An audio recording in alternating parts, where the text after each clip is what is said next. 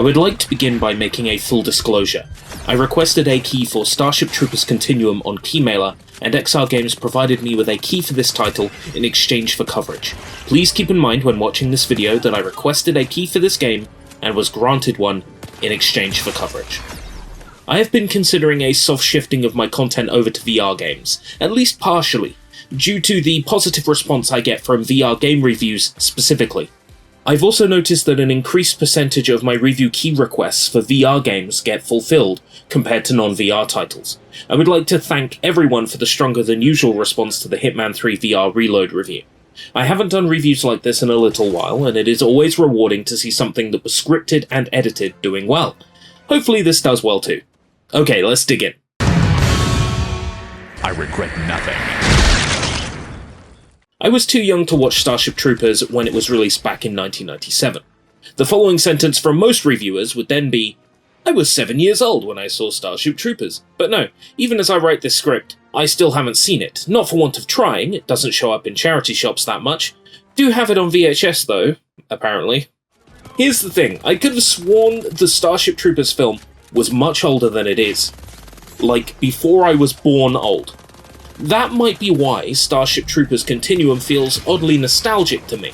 I think it's the one-tone, straightforward, gung-ho, guns-blazing attitude. A movie like that, back in 1997, was channeling sources of inspiration that were much older. The game just plays into my love of low-budget, B-movie quality games such as the Earth Defense Force series. Starship Troopers Continuum, herein simply Continuum, is a wave-based arcade-style shooter with loosely roguelike mechanics in the form of expendable soldiers, or team lives. Each soldier has their own strengths and weaknesses, and the longer you keep a soldier alive, the stronger they become and the more perks they can equip. These perks cover a wide range of options, just to name a few I've seen: reduced recoil, increased grenade blast radius, increased critical damage, etc.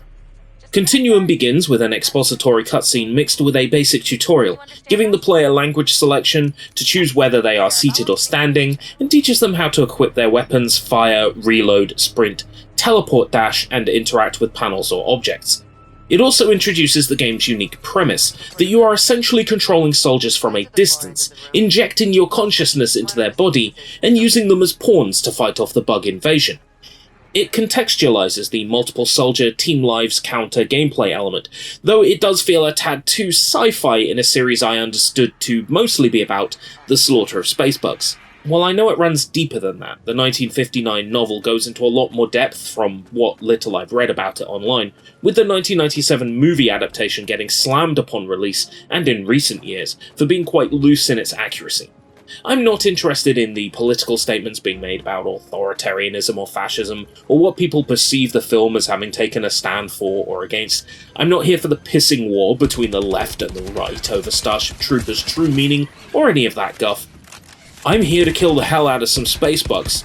I'm doing my part. I'm doing my part. And I'm doing mine. The satire does appear to take somewhat of a backseat in Continuum. There are witty remarks from the various soldiers you meet around the base camp, but during gameplay itself it does take itself a little more seriously than I would have expected out of a Starship Troopers game. The gameplay is solid enough that I can happily give that a pass, since its seriousness doesn't betray the fast-paced, action-oriented bug-slaughtering gameplay loop. Your primary weapon is over your right shoulder, and your secondary over your left. Primary weapons are large weapons such as rifles and shotguns. The secondary weapons are your pistols or submachine guns. Attached to the right of your belt are grenades, which can be clipped off and thrown. When holding a primary weapon, you can grab the front of the weapon to decrease recoil when firing. Perhaps in response to criticisms that VR titles aren't using enough gesture-based controls, Continuum offers you two types of reload. A standard reload, where you release the clip, insert a new clip, and arm the weapon, and a more arcade-friendly, point the gun down, press the reload button again, and reload automatically. I much prefer the latter, definitely within a busy firefight, and there doesn't seem to be any punishment for using the quicker, easier reload. I wouldn't survive a minute in a firefight if I was required to reload manually. There are things in each stage you can interact with. Collectibles such as credits or customization options for your soldier can be found dotted around each area. There are also hidden statues you can shoot, called merits, that provide you with score. There are ammo and grenade caches you can open to refill your stocks, usually at each checkpoint, which must first be armed by pulling a lever. The environments are varied enough. The first mission sees you topside on barren, sandy dunes, whereas the second mission sees you in an abandoned underground facility.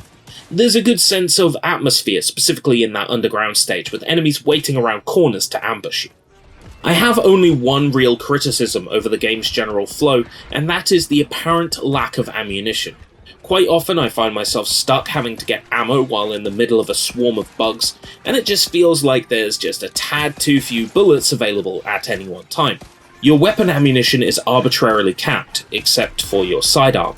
To take advantage of this, I have been using a submachine pistol as my sidearm instead of a standard pistol. The recoil is messy sometimes, but the damage output in a pinch has been hugely beneficial.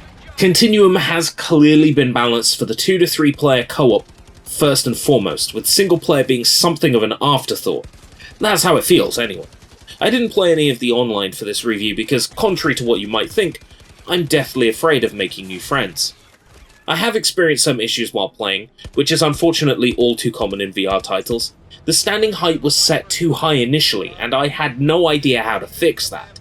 I had to play the game in standing mode, but while sitting in a chair to get the correct height. However, this made accessing items on my belt too easy to do by accident. Also, with the height being incorrect, it made operating the mounted turret in the prologue mission feel inherently cumbersome, spoiling what was supposed to be an empowering and satisfying set piece. Turns out the height issue may have been my headset itself, as after some tinkering I managed to fix it. I usually have my boundary disabled due to hating the entire boundary system as a whole. The height issue was likely what also caused my motion sickness to flare up particularly bad while playing, as it felt like I was peering over the action. Since adjusting the floor height, the motion sickness has mostly subsided. Picking items up off the floor is not as easy as it should be. I'm not confident this is an issue related to incorrect player height, but rather a persistent problem. You point your hand toward the item, and your palm must be facing the item, and then you press the trigger to grab it, pulling it up into your hands. It's like Half-Life Alyx, but without the flick.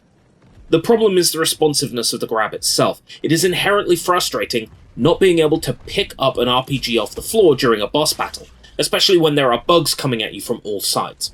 Must shout out that enemy indicator though, that's a nice touch. Even if the beeping sound it makes annoys me, and it's far too sensitive, which makes me ignore it until the enemies are literally on top of me, but still, gotta commend it. I am quite impressed by Continuum's visuals. Well, its art style more specifically. With XR Games' previous title, Hitman 3 VR Reload, there is a pre-existing title that the game is based off of, and therefore, an expectation is there. Hitman is a game where there is a large amount of visual feedback required, and an understanding that the game needs to look somewhat realistic in order to portray all the necessary information to the player. Unfortunately, the limitations of the Quest 3 make supporting such a realistic video game incredibly difficult, and as a result, the performance of VR Reload ends up falling flat. Continuum plays to the Quest 3's strength by instead going for a heavily stylized, almost Fortnite-esque aesthetic.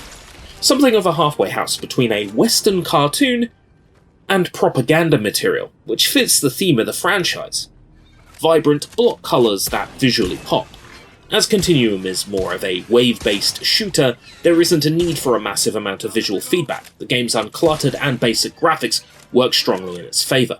I did experience a degree of stutter here and there, which I put down to the Quest 3 still being something of a limited device, and I am recording in the highest resolution, framerate, and bitrate, which no doubt puts extra pressure on the device. Continuum still manages to run quite well regardless, likely due to XR Games having decreased the amount of detail, resulting in a more coherent gameplay experience. The simplistic visuals don't hamper immersion. If anything, it drives home the fast-paced shooting and reiterates the arcadey nature of the game. Shoot to kill. I don't really do ratings, but if I were to put a number on Starship Troopers Continuum, I think it would be a solid 7.5 or 8 out of 10. I have discovered through my time with Continuum that it isn't the type of game I would typically play, but I can appreciate the things it does right, as well as the marked improvement from Hitman 3 VR Reload to Continuum. If XR Games keeps up this momentum with the upcoming Zombie Army VR title, which I'm hoping to receive access to, pretty please, then I have no doubts it will be a smash of time. Continuum is available on PSVR 2 and MetaQuest 2, 3, and 3S. For this review, I played the game on MetaQuest 3, recording at the highest quality recording settings. I would like to see XR Games consider a PC Steam release in the future, as I believe there is much greater potential for online multiplayer on that platform specifically. Once again, thank you XR Games and Keymailer for the opportunity, and thank you for watching. What's your experience with Starship Troopers? Should I watch the film already? Until next time, if we live that long.